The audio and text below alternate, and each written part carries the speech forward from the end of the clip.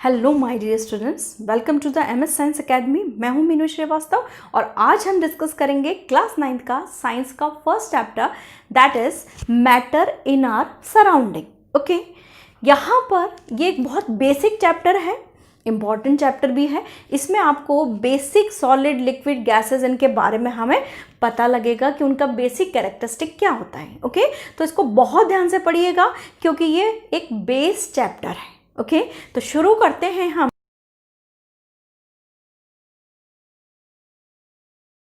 सबसे पहले ये चैप्टर क्या कहता है, मैटर इन आवर सराउंडिंग। तो मैटर हमारे सराउंडिंग में। अब मैटर क्या है, सबसे पहले हम ये जानते हैं। ओके, तो व्हाट इज मैटर? मैटर क्या है?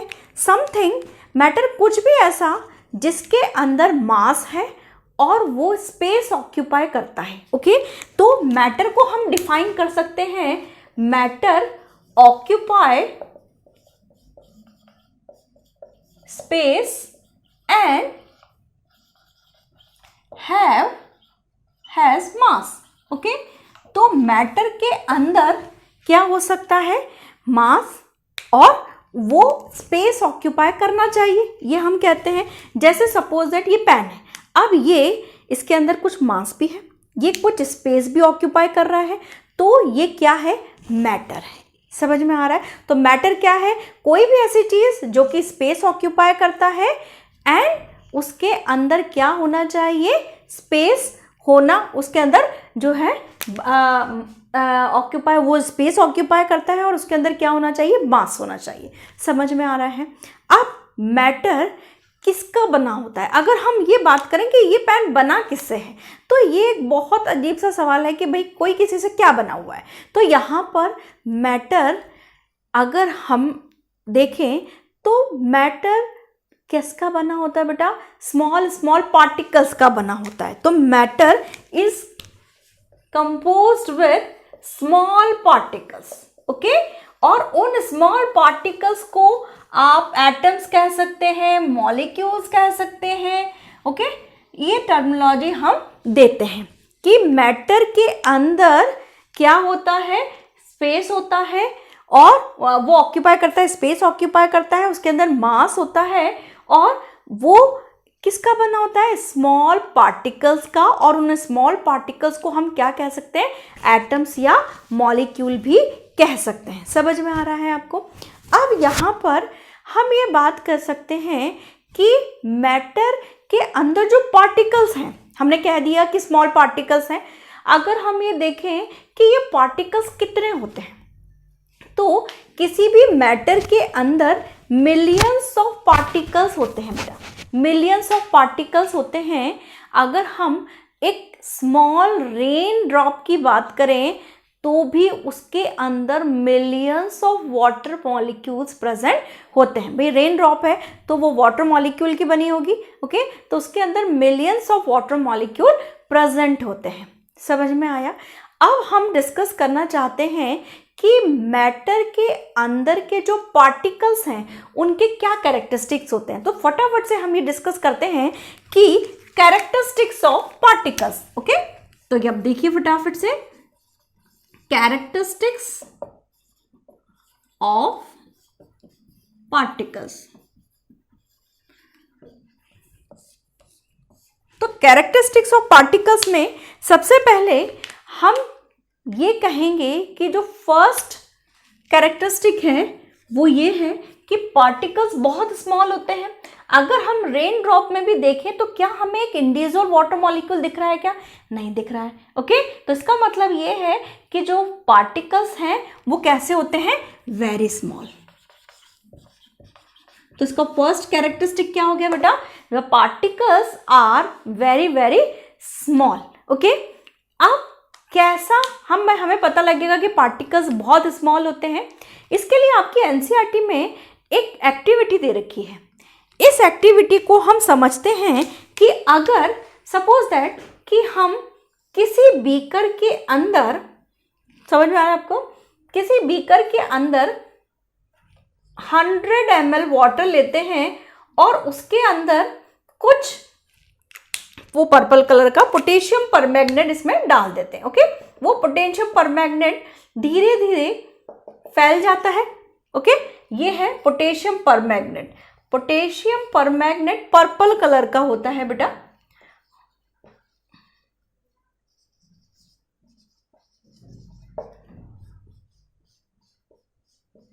इसका फॉर्मूला है दैट इज KMnO4। ओके, अब यहां पर ये पूरा लिक्विड कैसा हो गया, धीरे धीरे पर्पलिश कलर का हो गया। पर्पल कलर अभी मेरे पास नहीं है तो मैंने इसको ब्लू कलर से ड्रॉ किया है।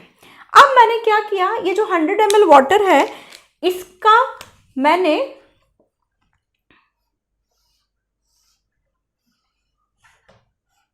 यहां से मैंने 10 ml ड्रॉप किया लिया और 90 ml वाटर में मिक्स कर दिया। 90 ml वाटर, यहां पर 100 ml वाटर था पहले, अब यहां पर 90 ml water plus 10 ml potassium permanganate mix कर दिया। यहां पर ये देखिए, इसको मैं ऐसा थोड़ा सा ज्यादा ब्लू बना देती हूँ, ये थोड़ा सा। अब जैसे पार्टिकल यहां पर कम गए तो यहां पर कलर की इंटेंसिटी क्या होगी, थोड़ी सी कम होगी। ओके, ये मैं इसको थोड़ा सा यहां पर लेस पर्पल बनाऊंगी। अब जब वापस से मैंने नेक्स्ट बीकर के अंदर, यहां पर नेक्स्ट बीकर के अंदर वापस 10 ml, यहां 90 ml वाटर। ओके, तो यहां पर कलर इंटेंसिटी और क्या हो गई बेटा, कम हो गई। ठीक है, अब सेम यहां से फिर 100 ml, तो कलर इंटेंसिटी बहुत कम हो गई। ठीक है, अब इसको समझिए कि ये जो एक्टिविटी है क्या कह रही है। फर्स्ट के अंदर पोटेशियम परमैंगनेट हमने डाला, पोटेशियम परमैंगनेट 100 ml वाटर के अंदर मिलाया और उसमें एक कलर आया पर्पल कलर। अब यहाँ पर हमने इसमें से जो 10 ml लिए, यानी कि अब जो यहाँ जो हम पार्टिकल ले रहे हैं वो पार्टिकल इसके कंपैरिजन में कम है। ओके, अब जब हमने इसको 90 ml वाटर से मिक्स किया तो वो पार्टिकल्स यहाँ पर उस इंटेंसिटी को शो नहीं कर पाए, क्योंकि यहाँ पर पार्टिकल्स का नंबर क्या हो गया, कम हो गया। पहले यहाँ पूरे 100 ml में डिसॉल्व हो गए थे, अब यहाँ पर वो 10 ml में डिसॉल्व हुए। ओके, अब यहाँ पर जब इसमें से हम थोड़ा सा और लेंगे, 10 ml लेंगे, तो पार्टिकल्स और कम चले गए। ओके, यहाँ जितने थे उतने यहाँ नहीं है, यहाँ जितने थे उतने यहाँ नहीं है, तो और पार्टिकल चले गए, कम चले गए, कम रह गए यहाँ पर। तो यहाँ पर और इंटेंसिटी क्या हो गई, कम हो गई।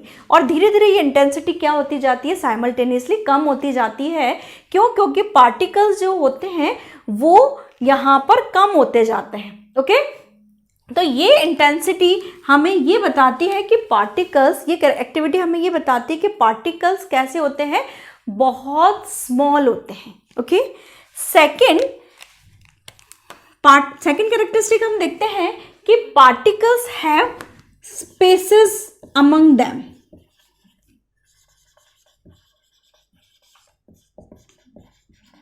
अब देखो इसको, ये क्या कह रहा है कि पार्टिकल्स के बीच बीच में क्या है, स्पेस है। देखो इसको समझो कि सपोज दैट मैंने एक बीकर लिया है और इस बीकर में मैंने वाटर ले लिया है। ओके, ये वाटर को मैंने ऐसा बना दिया, या पहले मैं वैसे ही बनाती हूँ फिर मैं आपको अच्छे से समझाती हूँ। ये वाटर ले लिया मैंने। ओके, अब यहां पर मैंने क्या किया कि एक टी स्पून मैंने शुगर डाल दी। ओके, मैंने यहां पर शुगर डाल दी, ये पहले शुगर मैंने ऐसे रखी हुई है, और फिर मैंने उसको अच्छे से स्टिर किया। स्टिर मतलब हिलाया मैंने उसको अच्छे से, एक स्पून की हेल्प से मैंने उसको स्टिर किया। ये यहाँ पर मैंने शुगर ले ली। तो मैं थोड़ी देर में देखती हूँ कि थोड़ी देर में आफ्टर सम टाइम शुगर दिखना बंद हो जाती है। अब शुगर कहाँ गई है, शुगर कहाँ गई है, वो जो पार्टिकल्स, जो वाटर पार्टिकल्स हैं उनके बीच में जो स्पेसेस है उनमें चली गई है। अब देखिए मैं इसको आप पार्टिकल्स के रेफरेंस से बनाते हैं अपन। देखिए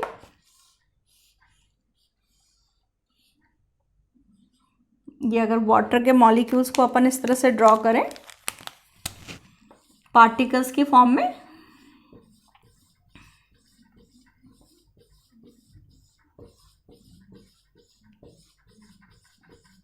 ठीक है। अब यहाँ पर जो शुगर मॉलिक्यूल थे, वो शुगर मॉलिक्यूल वाटर मॉलिक्यूल के बीच बीच में जो स्पेसेस है ना, उसमें जाके बैठ जाते हैं। ओके, और उसमें जाके बैठ जाते हैं, इसीलिए हमें दिखना बंद हो जाते हैं। तो इससे पता लगता है कि पार्टिकल्स के बीच में स्पेसेस होते हैं। ओके, अब यहां पर पार्टिकल्स का थर्ड कैरेक्टरिस्टिक हम देखते हैं।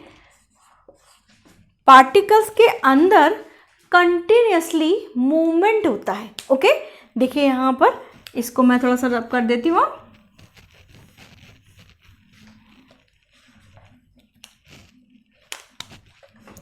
Particles are constantly moving.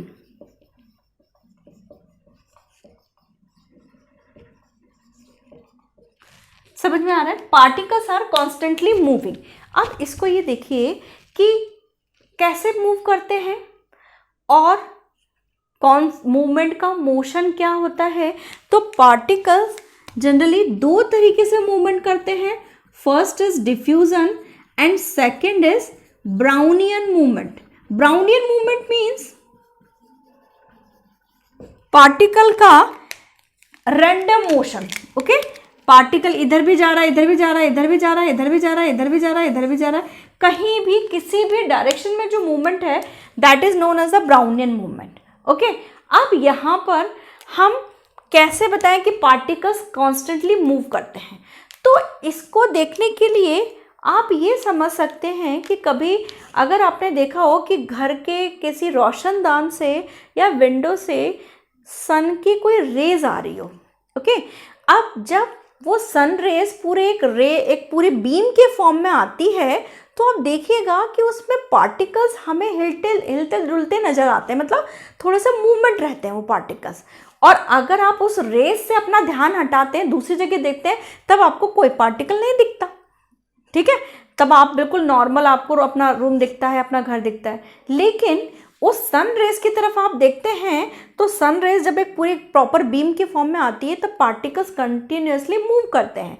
इसका मतलब ये है कि पार्टिकल्स तो हैं और वो मूव भी कर रहे हैं, लेकिन हमें वो सन रेज में वो कंटिन्यूअसली एक प्रॉपर जो सनलाइट आ रही है उसमें वो हमें अच्छे से दिखाई दे रहे हैं।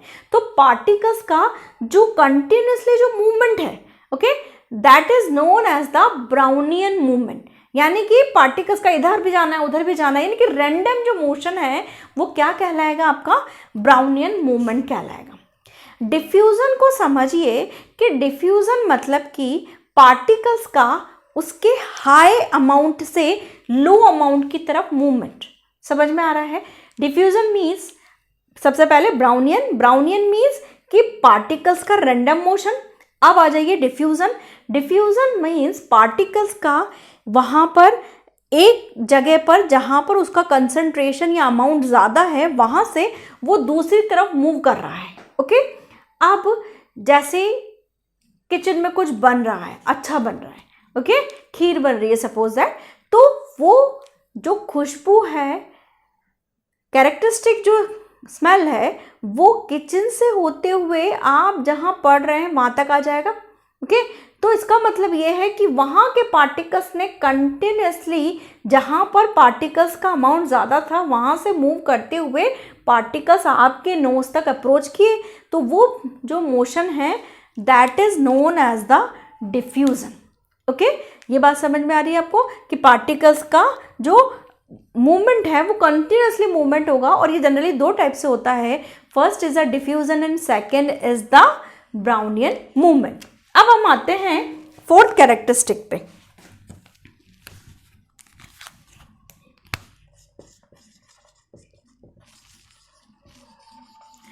फोर्थ कैरेक्टरिस्टिक है particles are attracted to each other.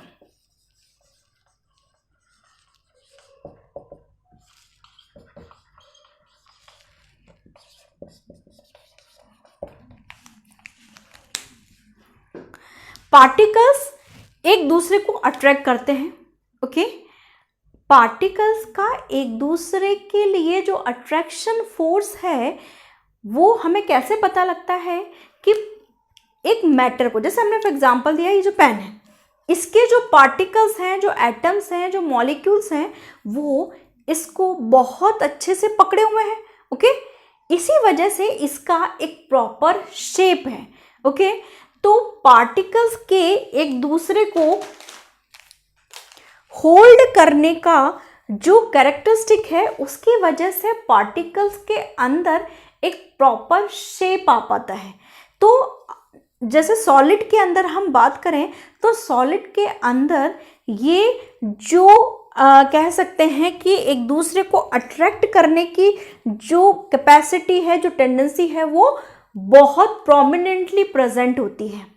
जबकि लिक्विड के अंदर ये पार्टिकल्स आपस में होल्ड तो करते हैं एक दूसरे को, लेकिन उसका जो फोर्स होता है, अट्रैक्शन फोर्स, वो कंपैरेटिवली कम होता है एज कंपेयर टू सॉलिड। और जब हम गैसेस की बात करते हैं तो गैसेस के अंदर ये जो अट्रैक्शन पावर है या अट्रैक्शन फोर्स है, वो बहुत बहुत नेग्लिजिबल हो जाता है। ठीक है, तो वो सॉलिड, लिक्विड, गैस के कैरेक्टरिस्टिक्स में हम ढंग से समझेंगे कि बेसिकली क्या उनके अंदर बेसिक फिनोमेना होता है, क्या उनके बीच में स्पेसेस होते हैं, कैसा अट्रैक्शन फोर्स होता है।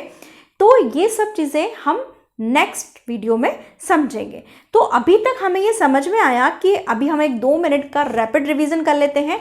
मैटर क्या है? कोई भी ऐसी चीज़ जिसके अंदर स्पेस है, ओके, और जो स्पेस ऑक्यूपाई करता है और जिसके अंदर मास है। अगर हम कैरेक्टरिस्टिक की बात करें तो एक मैटर किसका बना हुआ है? पार्टिकल्स का। और पार्टिकल्स के कैरेक्टरिस्टिक हम देखें तो जनरली वो 4 कैरेक्टरिस्टिक को शो करता है। पार्टिकल्स फर्स्ट कैरेक्टरिस्टिक, पार्टिकल बहुत स्मॉल होते हैं, जो कि हमने पोटेशियम परमैंगनेट से देखा कि यहाँ और कम गए, यहाँ और कम गए, यहाँ और कम गए, यानी कि वो इतने स्मॉल थे कि वो उनका अमाउंट धीरे धीरे यहाँ पर वो इतने स्मॉल थे कि वो उसमें डिसॉल्व होते जा रहे थे, उसके स्पेस में ऑक्यूपाई होते जा रहे थे, जिसकी वजह से हमें वहाँ पर जो है वो एक टाइम के बाद उसका जो कलर है वो बहुत कम होता जाता है। ओके, सेकंड कैरेक्टरिस्टिक हमने देखा कि पार्टिकल्स के बीच बीच में स्पेसेस हैं। जैसे इसको हमने समझा कि अगर हम वाटर के अंदर सॉल्ट या शुगर डालते हैं तो थोड़ी देर के बाद वो वहाँ पर नहीं होता, यानी कि वो कहाँ चला जाता है? वाटर के बीच में जो स्पेसेस है वो वहाँ पर ऑक्यूपाई हो जाता है, वो वहाँ पर बैठ जाता है। थर्ड हम कहें कि पार्टिकल्स के अंदर कंटिन्यूसली मूवमेंट होता है, और ये मूवमेंट जनरली 2 फॉर्म में हमें दिखाई देता है, that is diffusion and the Brownian movement. The fourth is the particles के बीच का अट्रैक्शन फोर्स। पार्टिकल्स के बीच में जो अट्रैक्शन फोर्स है वो सॉलिड्स में सबसे ज़्यादा है, लिक्विड में कम है और गैसेस में सबसे कम है। ओके, आई होप आपको समझ में आया होगा। और अगर आपका कोई भी क्वेरी है बेटा तो you can ask me in the comment section. और अगर आपको ये मेरा वीडियो अच्छा लगा है तो please like, share and subscribe.